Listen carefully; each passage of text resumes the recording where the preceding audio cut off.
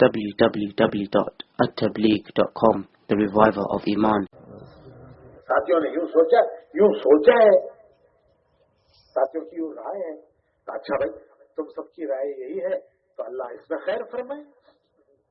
یہ جواب ہوتا تھا حضرت کا پیٹنٹ جواب.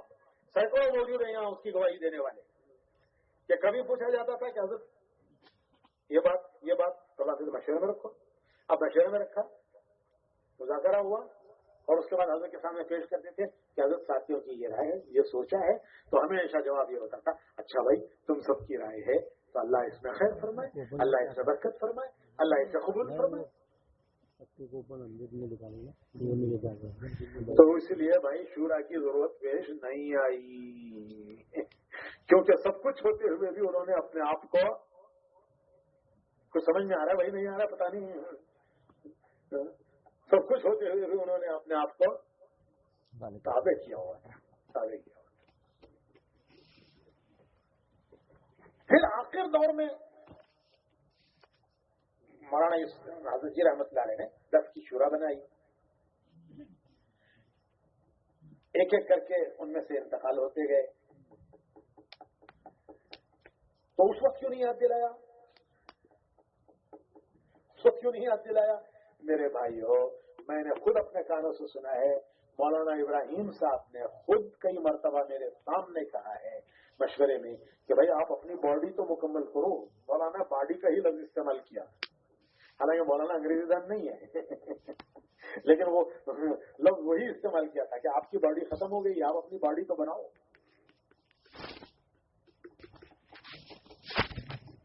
باڈی بناؤ کا مطلب سمجھے آپ؟ مکمل کرو، آپ اپنی جماعت مکمل کرو، آپ اپنی جماعت مکمل کرو. سب کا انتقال ہو گیا ایک ایک کر کے، اب آپ 3 رہ گئے. مولانا زبیر صاحب، مولانا حاجی عبدالوہاب صاحب، مولانا زبیر صاحب، مولانا صاحب، آپ 3 رہ گئے. آپ اپنی جماعت تو مکمل کرو. تمہاری 10 کی جماعت تھی، 7 کا انتقال ہو گیا، اپنی جماعت تو مکمل کرو. یہ مولانا ابراہیم صاحب نے خود ہمارے سامنے کئی مرتبہ کہا ہے، مشورے میں کہا ہے.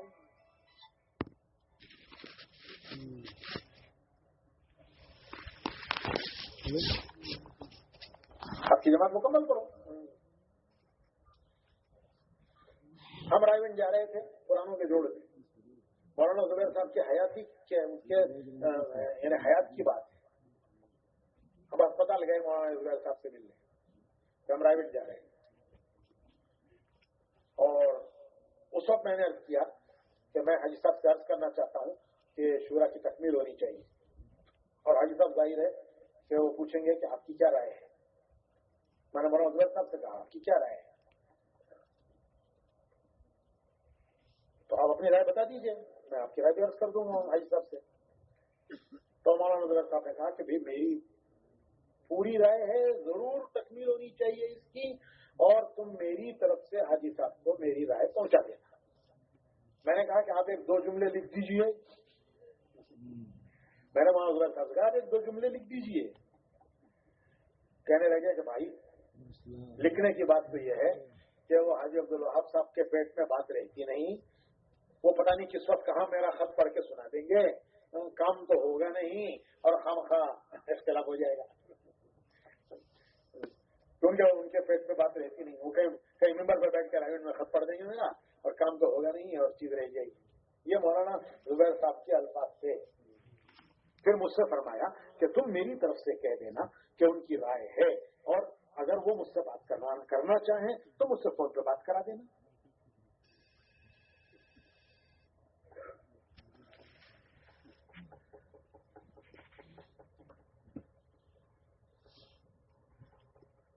اور آخری مرتبہ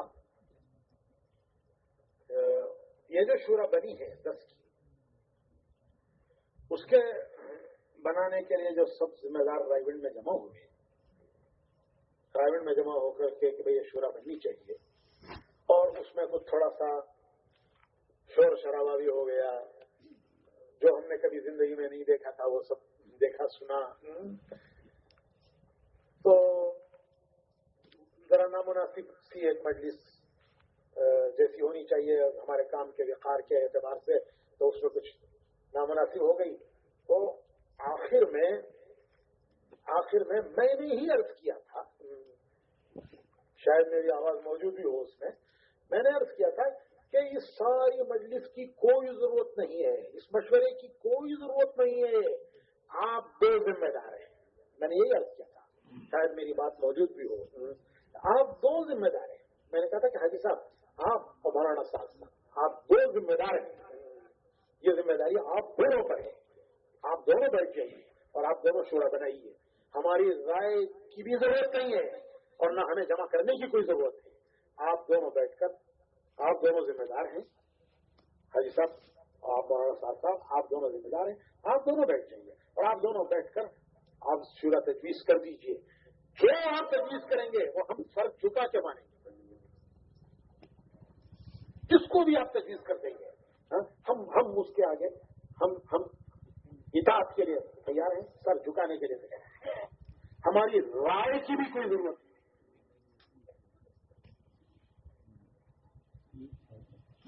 یہ میرے آخری الفاظ سے اسی پر مجلس ختم ہوئی. کوئی ہے اس مجلس والے؟ یاد ہے بھائی آپ کو؟ ریکارڈ نہیں. خیر اس کے بعد بات ختم ہو گئی. ویٹ کر رہے ہیں آپ لوگ.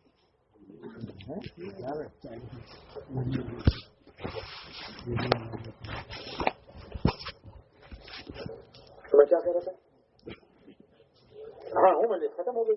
پھر حاجی صاحب مختلف لوگوں سے رائے کرتے رہے، الگ الگ باتیں بھی پوچھتے رہے، مختلف حضرات دونوں سے بھی ملتے رہے، ادھر بھی ان سے بھی ملتے رہے، ان سے بھی ملتے رہے، اور آخر میں حاجی صاحب نے یہ فیصلہ کیا. اس وقت کے فیصل وہی تھے. اس وقت کے فیصل کون تھے؟ حاجی عبد الوہاب صاحب. اس وقت کے فیصل وہی تھے. وہ مختلف لوگوں سے، عربوں سے، عجموں سے، ملکوں کے مختلف ذمہ داروں سے، تنہا بھی، الگ الگ، اور کبھی کبھی 5-7 کو اکٹھا بلا کر کے بھی انہوں نے مشورہ کیا اور انہوں نے وہ جماعت بنائی. ہم یہ عرض کرتے ہیں، بس میری آخری بات ہے، ہم یہ عرض کرتے ہیں بھائیو کہ دنیا کا کوئی اجتماعی کام دینی، تعلیمی، سماجی، قومی، کوئی ایسا نہیں ہے کہ جس کی کوئی ایک شورا نہ ہو.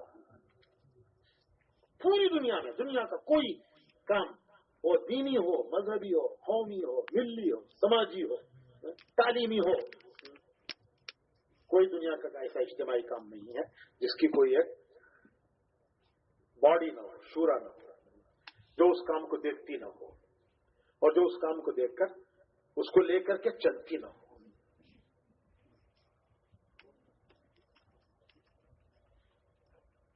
ایک چھوٹا مدرسہ ہوتا ہے، اس کا محتمم کوئی ہو لیکن اس کی ایک شورا ہوتی ہے. جو اصولی و بنیادی چیزیں ہوتی ہیں وہ شورا طے کرتی ہے. محتمم اس کی تنقید کرتا ہے، اس کو چلاتا ہے، لیکن اس کی کوئی بھی بنیادی اور کوئی تعلیمی ادارہ، کوئی دنیا کا کوئی تعلیمی ادارہ، کوئی ایک چھوٹی سے چھوٹی کوئی ایک سماجی مجلس ہوتی ہے، اس کی ایک جماعت ہوتی ہے. وہ کسی فرد کے حوالے نہیں کیا جاتا. ہماری آخری بات یہی ہے کہ اتنا بڑا کام، امت کی اتنی بڑی امانت، امت کی اتنی بڑی امانت. ہاں ایک بات اور واضح کر دوں میں آپ کو،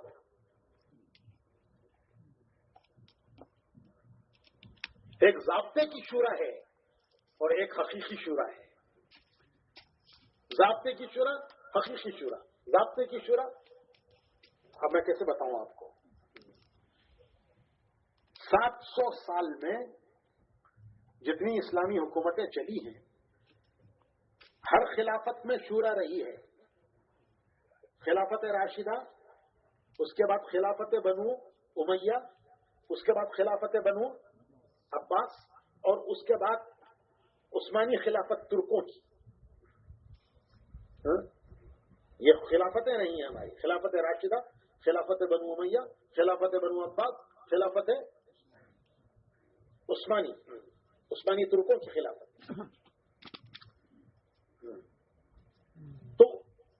تو ان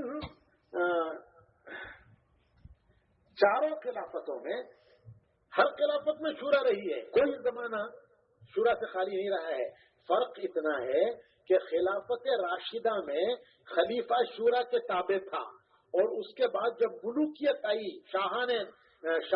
جب بادشاہوں کا دور آیا تو شورا خلیفے کے تابع ہو گئی. یہ بہت باریک فرق ہے. خلافت راشدہ میں خلیفہ کیا کس کے؟ خلافت راشدہ میں خلیفہ شورا کے تابع تھا. جب بادشاہت آئی،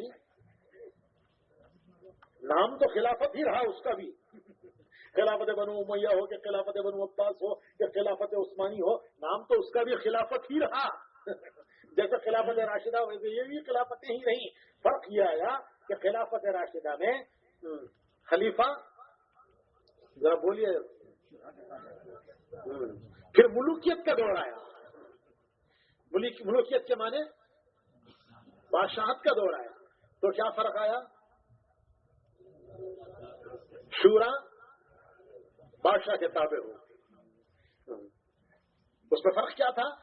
فرق یہ تھا کہ خلافت راشدہ میں شورا خلیفے کی کوئی بھول چوک پر اسے کہتی تھی کہ سیدھے ہو جاؤ، سیدھے ہو جاؤ، نہیں تو تمہیں سیدھا کر دیں گے. آپ حضرت ماشاءاللہ سننے والے، بیان کرنے والے ہیں. حضرت عمر رضی اللہ تعالیٰ عنہ جوڑا پہن کے آئے تو پوچھا نہیں، کہا کہ سنو اور مانو، تو ایک بدو نے کھڑے ہو کے کہا کہ نہ سنیں گے نہ مانیں گے. پہلے جواب دو کہ یہ جوڑا جو تمہارے پاس آیا ہے یہ اتنے کپڑوں سے زیادہ ہے جو کپڑے مسلمانوں کو تقسیم ہوئے ہیں. یہ کہاں سے آیا تمہارے پاس؟ جب تک اس کا جواب نہیں دو گے نہ سنیں گے نہ تمہاری. تو انہوں نے بتایا کہ مجھے جو ملا تھا وہ میرے حصے میں کافی نہیں ہو رہا تھا، میرے بیٹے سے میں نے اس کا لیا اور لے کر ملایا تو تب میرا جوڑا پورا ہوا. عبداللہ ذرا گواہی دے دو. تو انہوں نے کہا کہ امیر المومنین خدا نہ خواستہ میں کوئی اس کی نہیں، میں تو ایک وضاحت چاہتا تھا. اب ہم سنیں گے بھی تو آنکھ دیکھ کے نہیں چلتے تھے، آنکھ دیکھ کے نہیں چلتے تھے، حق بات کی طرف متوجہ کرتے تھے. یہ شورا کا یہ مقام تھا. جب بادشاہت کا زمانہ آیا تو شورا تھی، لیکن شورا کی حیثیت یہ تھی کہ کون سی بات کہوں گا تو بادشاہ خوش ہوگا، وہ کہوں جس سے بادشاہ خوش ہو جائے، میرا پروموشن ہو جائے، میرا پروموشن ہو جائے، میرا بیان ہونے لگ جائے، میرا ملکوں کا سفر ہونے لگ جائے. میں نظام الدین کا آدمی کہاں جاؤں؟ اب تو ہم سب باغی ہیں نا، اب تو ہم سب باغی ہیں، سب باغی ہیں. مولانا ابراہیم صاحب باغی، مولانا کیا نام ہے ان کا، احمد لاٹ صاحب باغی، مولانا یعقوب صاحب باغی، جنہوں نے نظام الدین کی دیواریں اپنے ہاتھوں سے اٹھائی وہ سب باغی. اور یہ جو 6 مہینے سے وہاں آ گئے ہیں یہ سب جو ہے نظام الدین والے ہیں.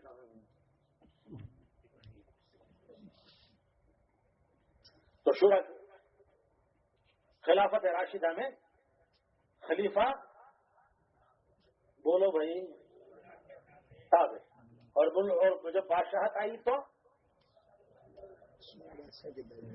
بادشاہ کہیں گے تو بادشاہ خوش ہو جائے گا، میرا پروموشن ہو جائے گا، میرا بیان مل جائے گا، میرا ملکوں کا سفر ہو جائے گا اور میں نمائندہ بنا کے بھیجا جاؤں گا. اور کیا کہوں گا تو میرا ڈیگریڈیشن، کیا کہوں گا تو میرا ڈیگریڈیشن، میرا تنزل ہو جائے گا، ڈیموشن.